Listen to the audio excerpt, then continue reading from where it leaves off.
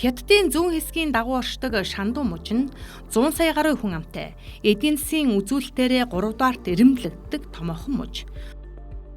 Тус муж нь Хятадын аж үйлдвэрийн бааз болж хойд бүсийн эдийн засгийн хөгжлийн стратегийн тулгуур төв болтлоо хөгжсөн.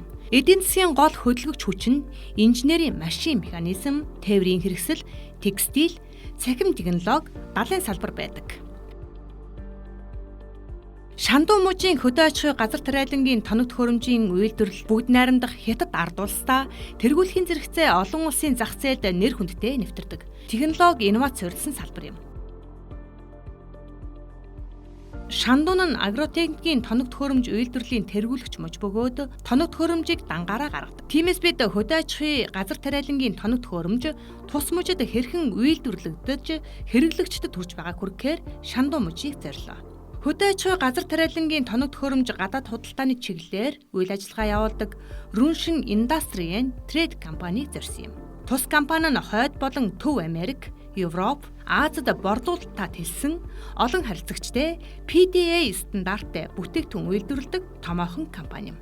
公司经过30多年的风雨洗礼和沉淀 Манай компани 30 гаруй жилийн туршид салбартаа тулгарсан бэрхшээл амжилтуудыг даван туулж мод боловсруулах, мал аж ахуй, хөдөө аж ахуй, барилгын машин механизм үйлдвэрлэж дотоодын хэрэглэгчдийн дунд өндөр үнэлгээ авсан.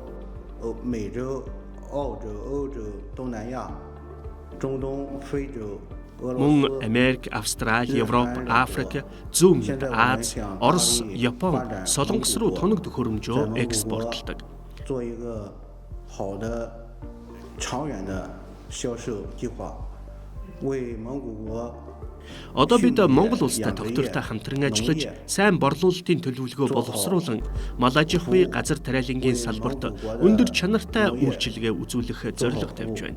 给蒙古国的农民人民在农业、畜牧业方面提高 Ингэснээр Монголын ард иргэдийн газар тариалан, мал аж ахуйн салбарт илүү сайн үйлчилгээ хүргэж, тэдний мал аж ахуйн өсөлтөд томоохон ашиг авчирна.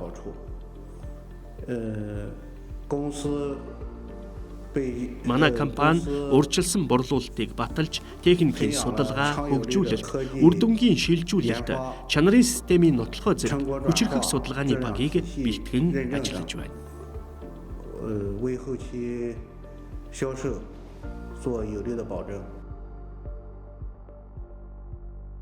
Runshin Industry and Trade компани онцлог давуу тал нь инженерчлэлийн ухаанаар хөдөө аж ахуй газар тариалангийн чиглэлээр тоног төхөөрөмж төрөлжүүлэн өөрсдөө өгсрөн эцсийн бүтээгдэхүүнээ гаргадагт байдаг байна. Ингээд бид тус компани 6 үйлдвэрээр орж үйл ажиллагаатай танилцсанаа үзэгч та бүхэндээ хүргэе. Бидний эхний очсон үйлдвэр бол малын тэжээл, бордоо боловсруулах үйлдвэр байлаа. Тус үйлдвэр нь бүх төрлийн өвс тэжээл, ишлэг ургамал, мод бут буталж жижиглдэг, өөрийн онцлог үйлдэл, овор хэмжээ хүчин чадал бүхий тоног төхөөрөмжийг эцсийн шатанд хүртэл угсарч гаргадаг үйлдвэр байв.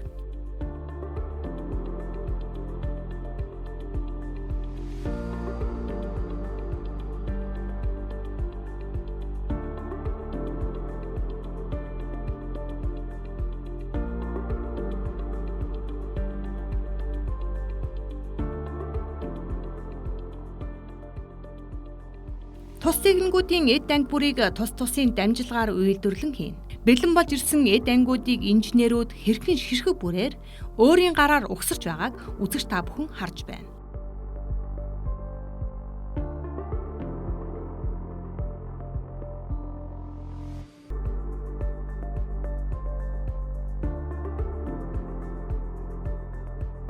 Инженерүүд ийхүү техникээ угсарт дуусаад тус тусын эцсийн бүтээгдэхүүнээ тестлэн шалгаж хэрэглэгчдэд хүлээлгэж өгнө. Эдгээр хөдөө аж ахуй газар тариалангийн техникийн эд анги бүхэн ган төмрөөр хийгдэж хүний гараар угсрагдаж байгаа нь бусад ижил төстэй бүтээгдэхүүн үйлдвэрлэлээс хол давуу. Мөн хариуцлага чанарыг нэгдүгээр тавьдаг болохыг илтгэж байна. За энэ төмөр. Энэ төмрийг болохоор өөрсдөө ингэж давж тэгэхээр энэ даралхаас айхгүй. Энэ болохоор ширэн болохоор ингээд удаан даралтай болохоор энэ хагарах аюултай. Төмөр бол ингээд хагарна гэж байхгүй. Энэ өөрсдөө ингээд тэр сая нөгөө машинаар гагнаж байгаа. За Хорголжин тэжил хийдэг машин маань болохоор энэ хөдөө орон нутгийн зориулалтаа энэ бензинээр ажилладаг машин байгаа. Энэ нь болохоор 380 төгөөр ажилладаг. Энэ хоёулаа хорголжин тэжил хийдэг манай үйлдвэрийн бүтээгдэхүүн байгаа. Тэгээ хорголжин тэжиллийг одоо мад өгөх сайнтай тал нь нөгөө тарианы хаягдмал болцыг тэгвэл өөр сайн төрлийн эрдэнэ шиш буюу ковиос буюу тийм ээ уураг өндөр эрдэс бодис өндөр ийм бүтээгдэхүүнийг давс калц бүгдийг нийлүүлж байгаа ингэж хорголжин тэжил болгож гаргаж байгаа ийм хоёр сайхан бүтээгдэхүүн байна. Одоо та бүхэн мад аж ахуйн салбарт нэг хэрэгцээтэй хорголжин тэжээ шахах машин хэрхэн нэг бүрчлэн гараар угсрагдаж байгааг харж байна. Тус төхөөрөмж нь өөр дээрээ цахилгаан үүсгүүртэй тул тог цахилгааны шаардлагагүй. Цагт 800 кг хорголжин тэжээ шахах хүчин чадалтай тул малчдын ажлын бүтээмж цаг хугацааг хэмнэх давуу талтай. Тэжээлийн ургамал хэрчигч F9 загварын бага урын машинууд нь өвс тэжээл, бандын сүрэл, эрдэнэ шиш, улаан буудай болон ишлэг бүх төрлийн ургамлыг 1-50 мм-ийн хэмжээнд хэрчиж жижиглэж ботлно. Эдгээр бага урын тэжээлийн хэрчигч машиныг өрхийн аж ахуй, фермер, хот айлд чирглэх бүрэн боломжтой. Өвс, сүрэл зэрэг бүдүүн ишлэг ургамлыг үхэрд өдөрт 40-50 мм, адуунд 30-40 мм, хонинд 20-30 мм хэрчиж жижиглэн өгдөг. Харин хэд өндөр чигийн агуулмжтай ургамал хэрчхээс зайлсхийж тогтсон хэмжээний чигийн агуулмжтай ургамал хэрчгэд бүтээн зөндртэй байдаг байна. Мөн эдгээр төхөөрөмжөөр малын өтөх бууц, хөргөзөн, аргалаар шахмал түлш чих боломжтой юм. Үзэгч та бүхэн түүхийд хэрхэн хурдан хугацаанд эцсийн бүтээгдэхүүн болон гарах боломжтой ийхүү харж байна.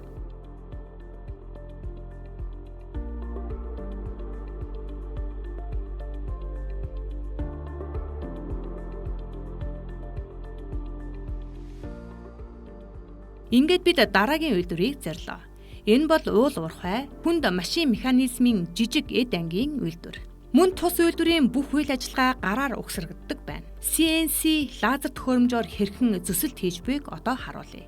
Тус үйлдвэрийн нийт талбай 4100 м2 талбайтай бөгөөд энэхүү объектоос мөн л эцсийн бүтээгдэхүүн хэрэглэгчдийн гар дээр бэлэн болон гардаг байна. Фермер эрхлэгчид малчдад төхөөрөмжтэй хүчит тэжээл үйлдвэрлэх зорилттой эдгээр төхөөрөмжүүдийг бид одоо онцлон танилцуулъя.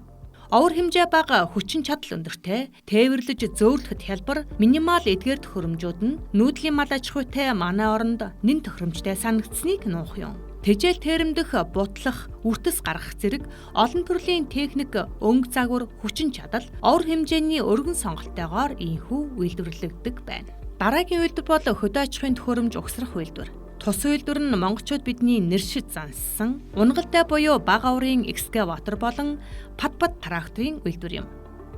Тус үйлдвэрт маш олон инженерүүд ажиллаж байсан ба унгалдайг эхнээс нь бүх эд ангийг нэг бүрчлэн детальчлан угсарч эцсийн бүтээгдэхүүн гаргана. Хэрэглэгчийн захиалгын дагуу шаардлагатай гэсэн нэмэлт төхөөрөмжийг ч мөн угсарч өгдөг байна. Ийхүү унгалтай буюу бага урын экскаватор хэрхэн угсрагдаж зах зээлд нийлүүлэгддгийг харуулъя. Эд анги бүхэн тус тусын дамжлагаас бэлэн болж ирснээр угсрах ажиллагаа явагдаж байгааг та бүхэн сая харлаа. Жишээлбэл унгалтай гол эд анги болох шангалаг ихэд өөр өөрийн хэмжээтэй, өөр өөрийн үйлдэлтэй байдаг. Хэрэглэгч юу хүсв? Тэр бүх захиалгыг инженерүүд ийхүү угсарч гүйцэтгэж, тестлэж шалгаад зах зээлд нийлүүлэхэд бэлэн болсны дараа захиалагчид гардуулж өгдөг ажээ.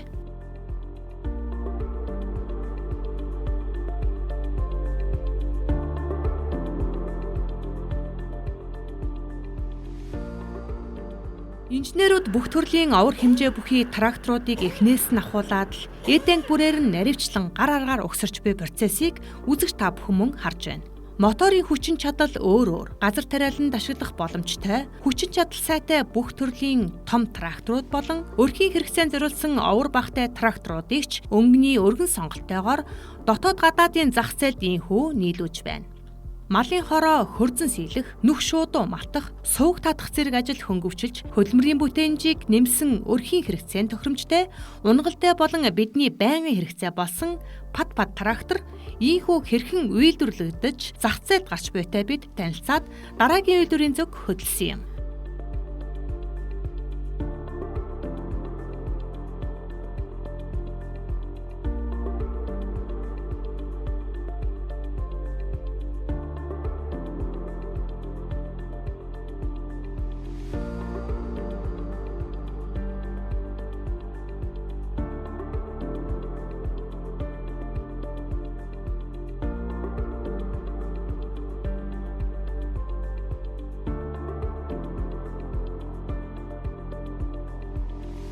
Бидний зорин очсон дараагийн үйлдвэр бол ковшийн үйлдвэр. Газар шорооны болон барилгын ажлын үндсэн машин болох ковш нь хөдөө аж ахуйд өргөн хүрээнд ашигладаг олон төрлийн ажлыг хөнгөлөлдөг, хөдөлмөрийн бүтээмжийг 10-аас 20% дахин нэмэгдүүлдэг. Газар тариалангийн салбарт хөрс боловсруулах, тээвэрлэх, овоолох, цэвэрлэх зэрэг ажлын хөдөлмөрийн бүтээмжийг олон дахин нэмэгдүүлдэг ашигтай техник гэдгийг бид мэднэ.